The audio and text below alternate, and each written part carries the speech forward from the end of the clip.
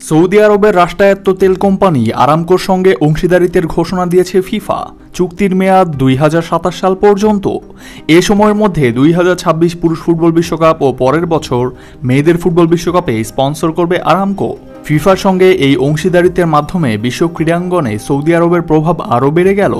আন্তর্জাতিক খ্যাতি উন্নত করার জন্য সৌদি আরব ক্রীড়াঙ্গনে বড় বড় ইভেন্টগুলোতে বিনিয়োগ করছে, এমনটাই অভিযোগ সমালোচকদের।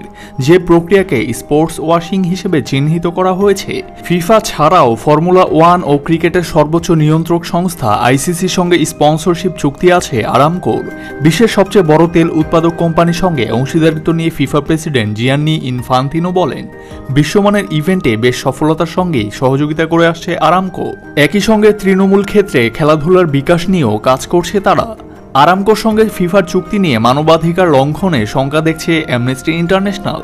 যুক্তরাজ্য ভিত্তিক এই আন্তর্জাতিক মানবাধিকার সংস্থাটি এক বিবৃতিতে জানায়, টুর্নামেন্ট আয়োজনের বিষয়ে কোনো চুক্তি চূড়ান্ত করার আগে শোষণ, বৈষম্য ও নিপীড়ন থেকে মানুষকে রক্ষা করার ব্যাপারে সৌদি আরবের সঙ্গে বাধ্যতামূলক চুক্তি করার জন্য ফিফাকে আহ্বান জানাচ্ছে অ্যামনেস্টি।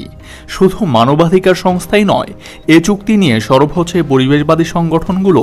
কারণ আরামকো জীবাশ্ম জ্বালানি প্রদান করে। তাই এ চুক্তি জলবায়ু প্রভাব সম্পর্কে ফিফার নীতির সঙ্গে সাংঘর্ষিক, কেননা এতে করে পরিবেশে কার্বনের মাত্রা বেড়ে যাবে। যদিও ফিফা জানিয়েছে পরিবেশগত প্রভাব হ্রাস করতে সব ধরনের প্রয়োজনীয় পদক্ষেপ নেবে তারা। এর আগে কাতার বিশ্বকাপে পরিবেশগত প্রভাব হ্রাস হয়েছে জানিয়ে বিবৃতি দিয়েছিল ফুটবলের সর্বোচ্চ নিয়ন্ত্রক সংস্থাটি, কিন্তু সে দাবিকে গত বছর মিথ্যা হিসেবে উল্লেখ করে এক সুইস নিয়ন্ত্রক সংস্থা।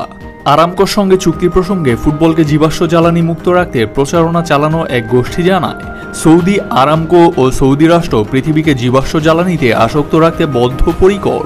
তারা এখন তাদের দূষণকারী পণ্য বিক্রি করতে ও ভাবমূর্তি পরিষ্কার করতে বিশ্বের সবচেয়ে বড় মঞ্চ পেয়েছে। ফিফাকে চুক্তি ভঙ্গের আহ্বান জানিয়ে তারা জানায়, খেলোয়াড় এবং ভক্তদের আরও ভালো কিছু প্রাপ্য। গ্রিনপিস নামক এক আন্তর্জাতিক এনজিও সংস্থা জানায়, জলবায়ু ধ্বংস করা ব্যবসার পরিণতি থেকে মানুষকে বিভ্রান্ত করতে বিশ্বের শত শত কোটি মানুষের ভালোবাসার খেলাটিকে ব্যবহার করছে আরামকো।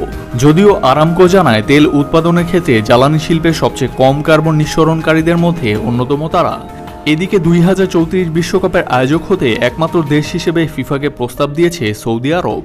চলতি বছরের শেষ দিকে আয়োজকের নাম ঘোষণা করবে ফিফা।